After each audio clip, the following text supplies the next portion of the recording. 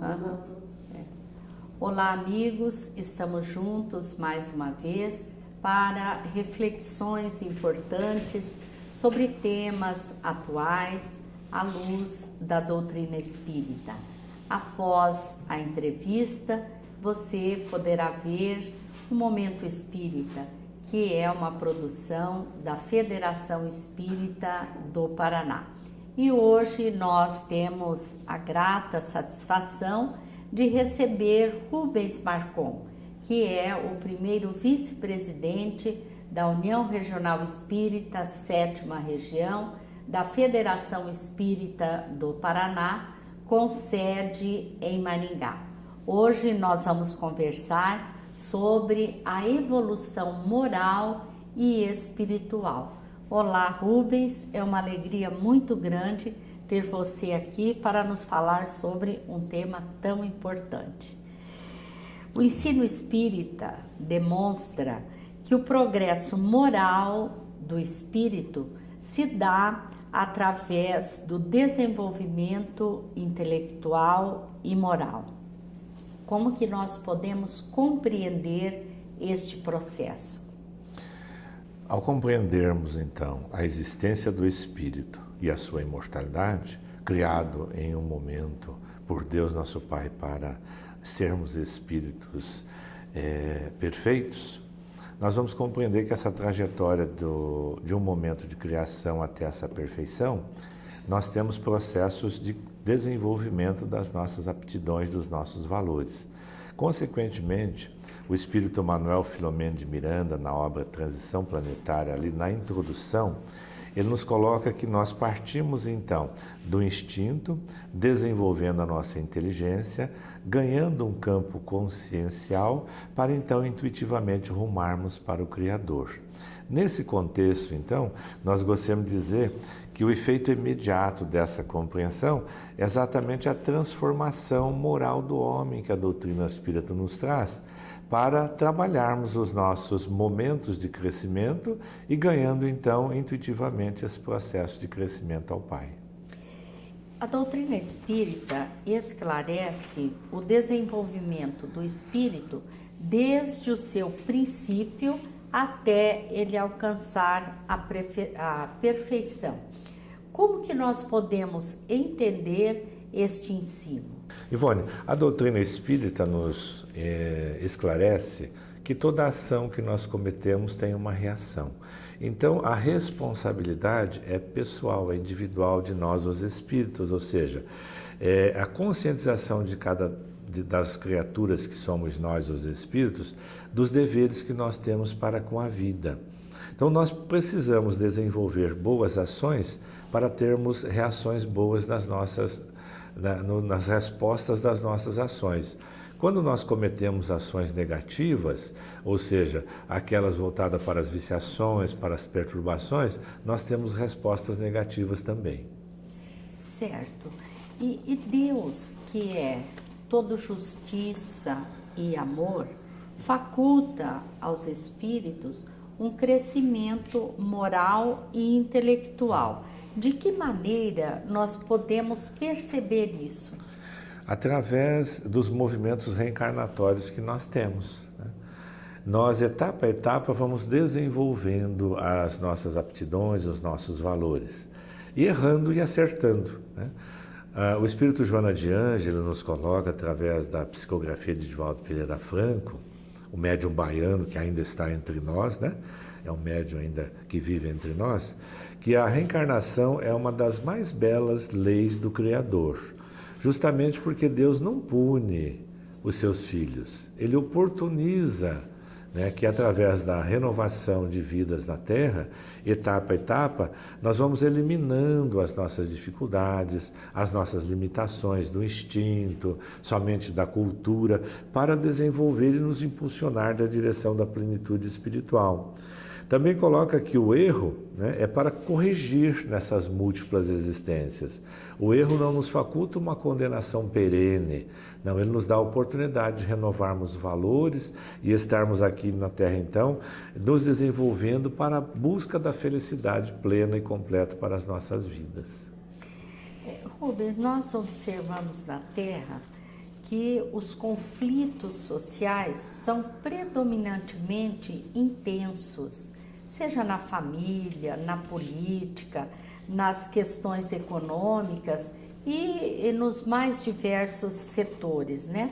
Como que nós podemos explicar esta situação na Terra? Nós somos herdeiros dos nossos próprios conflitos, né? Quando nós abordamos a ação e a reação, nós somos aquele que tem a reação das nossas ações anteriores. Diz-nos a doutrina espírita que nós somos hoje aquilo que nós já desenvolvemos no ontem. E o nosso desenvolvimento de hoje representará aquilo que nós seremos em reencarnações futuras. Então, esse processo de melhoria espiritual que nós tanto procuramos desenvolver na casa espírita é justamente para que nós renovemos os valores, mudemos as nossas compreensões e tenhamos ações benignas, fraternas, amorosas, para que nós, então, na multiplicidade de existências que temos, a cada nova perspectiva que Deus nos permite estarmos na Terra, tenhamos, então, processado melhorias nesse avanço, diminuindo esses erros, aumentando os acertos, né? E nessas etapas de evolução, então, vamos criando em nós perspectivas fraternas. Logicamente, você já fez referências a esta questão, mas eu gostaria que você falasse qual é o objetivo da reencarnação. O objetivo da reencarnação nos coloca o Espírito Manuel Filomeno de Miranda, que é o amor divino em nós. É o amor divino em nós, nos ajudando, nos assistindo, na sua mais bela manifestação. Nos conduz como criaturas ao rumo do seu Criador, né? Pelos caminhos da justiça e da harmonia perfeita. Então, quando nós colocamos desde o nosso processo primeiro até rumar ao Criador, passando pela inteligência e pela consciência, é que esse Espírito amigo diz que o amor divino está em nós, não nos punindo de uma forma a não nos dar oportunidade de renovação, sempre justamente nos permitindo estarmos etapa a etapa renovando os valores aqui na Terra. Aprofundando um pouco mais essa questão, como que nós podemos entender a lei da reencarnação, que é uma lei de Deus, sendo boa para todos os homens, considerando que os homens são os espíritos encarnados, né?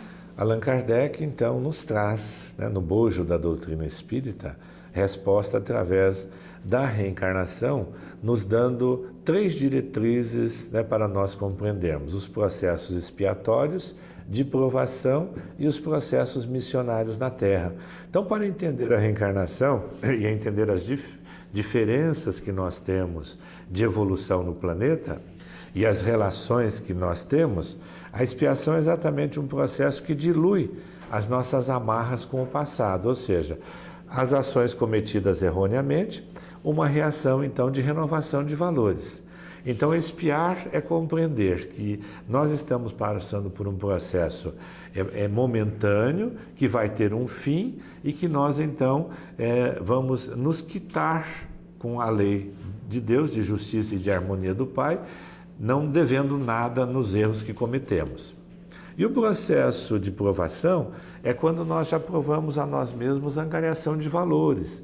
Já deixamos certos vícios, como o mau hábito do fumo, do álcool e também os vícios morais ainda. Vamos abandonando o vício dos pensamentos negativos, dos processos mal criados de falas violentas ou brutais, ou xingamentos e assim por diante, os pensamentos negativos. Então, as provações eu vou provando que eu já adquiri valores, vou me fortalecendo na reencarnação.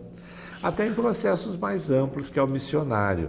Desde o missionário menor até o missionário maior. Um exemplo assim para compreendermos a missão da maternidade, da mãe, né? Até o missionário de grande monta que vem orientar, instruir e melhorar a humanidade, melhorando a si mesmo. E qual é a importância da doutrina espírita no esclarecimento e orientação do espírito no seu progresso moral?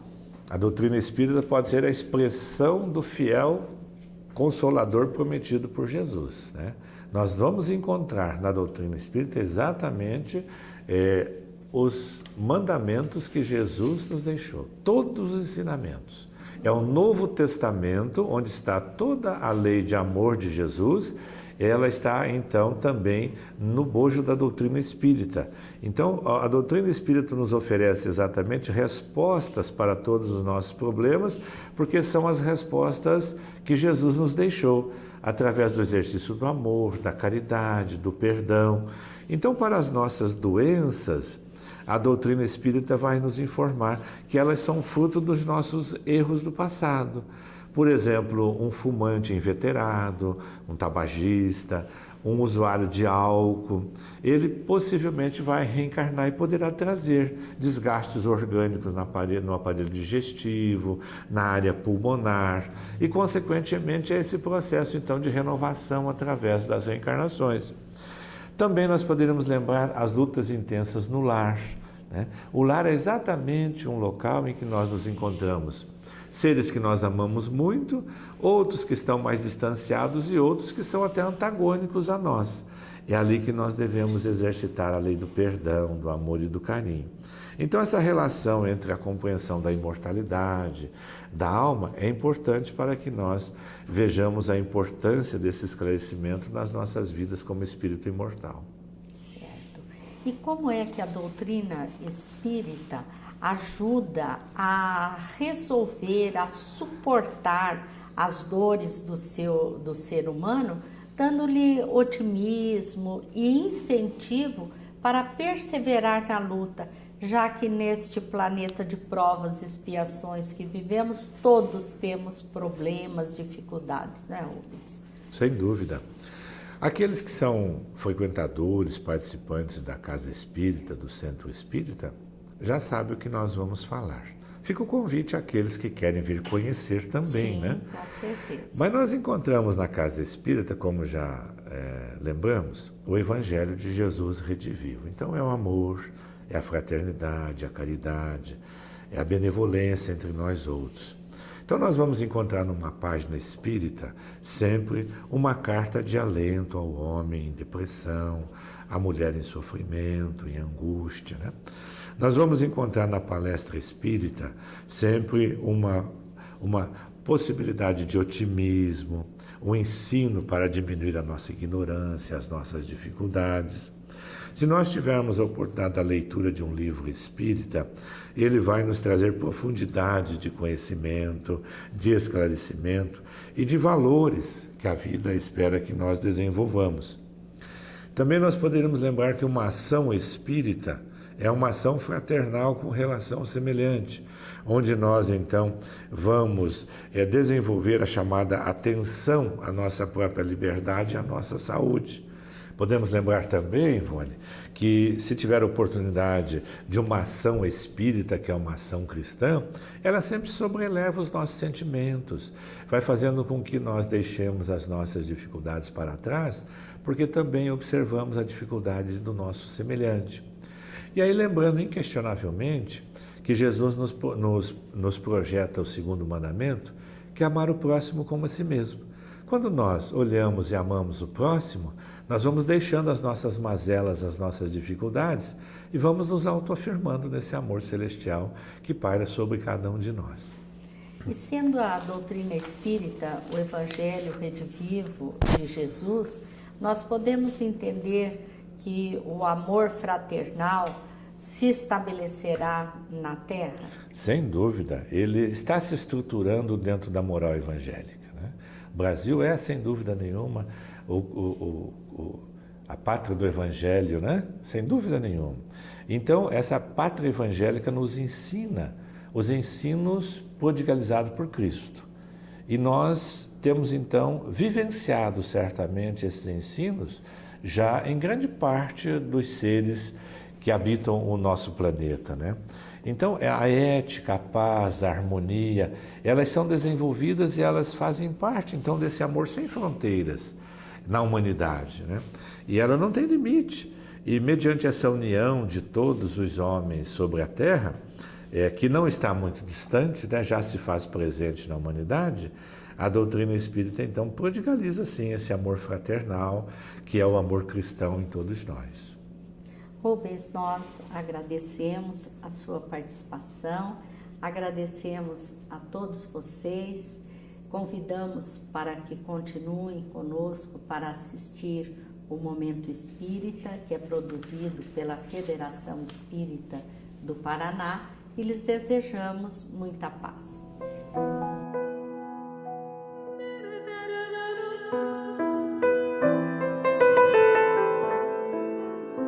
No mundo em que vivemos, a maioria de nós valoriza em demasia as coisas materiais. Nossos anseios giram em torno da ascensão profissional, dos lucros obtidos, das aplicações em fundos de investimento e em bolsas de valores. Esgotamo-nos em horas intérminas de trabalho, em demonstração de engajamento e dedicação, no anseio de conquistas poupudas em nossos salários. Idealizamos a casa, as viagens, os passeios, o carro, quem sabe um pequeno barco. Nossos dias, semanas e meses se sucedem em torno do angariar mais para mais usufruir. Naturalmente, como as conquistas se fazem a muito custo, tudo é zelosamente cuidado. Zelamos pela conservação da residência, da casa na praia, do carro, das joias. No entanto, de um modo geral, existem valores aos quais não damos maior importância, até o dia em que os perdemos. Assim, quando a morte como lei natural nos surpreende, levando um dos nossos afetos, sentimos que nos falta o chão. Quando chegamos em casa e não encontramos a bagunça, os brinquedos espalhados. Quando não temos mais o colar diário de 2 bracinhos em nosso pescoço. Quanta tristeza! Sentamos no sofá caríssimo que tanto prezávamos com desânimo. O entorno perdeu seu significado. A joia mais valiosa se foi. Aquela que somente deixou uma imensa saudade no cofre da nossa intimidade. A casa, tão rica de tapeçarias e cristais, jaz fria e quieta. O que não daríamos para ter o esposo de novo adentrando o lar, batendo a porta, soltando as chaves com ruído sobre a mesa, e a voz sonora a anunciar: cheguei. Dentre tantos amores, um colo de mãe é ainda mais precioso, valor inigualável. E tantas vezes deixado de lado, porque nos sentimos donos do mundo, vencedores, seguros de nós mesmos. Contudo, quando a mãe adentra o plano espiritual, instala-se no coração dos filhos a carência e a saudade. Possivelmente ninguém melhor traduziu esses sentimentos do que a menina órfã que desenhou no chão, em tamanho natural, uma figura de mãe. Depois, deitou-se exatamente à altura do que seria o colo daquela mãe. Aninhou-se e adormeceu. Nada mais significativo do que a imagem que foi retida pela lente ágil de um fotógrafo. Colo de mãe. Quanto valerá no mercado financeiro? Colo de mãe que aninha, protege, transmite segurança, bem-estar. Colo de mãe quentinho, amoroso. Colo de mãe sem igual. Colo de mãe não tem preço.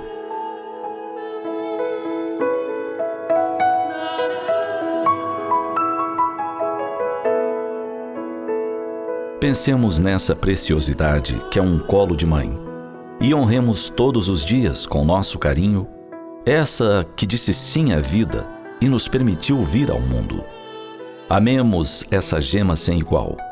Aproveitemos o colo de mãe sempre gratos, antes que a morte a arrebate dos nossos olhos.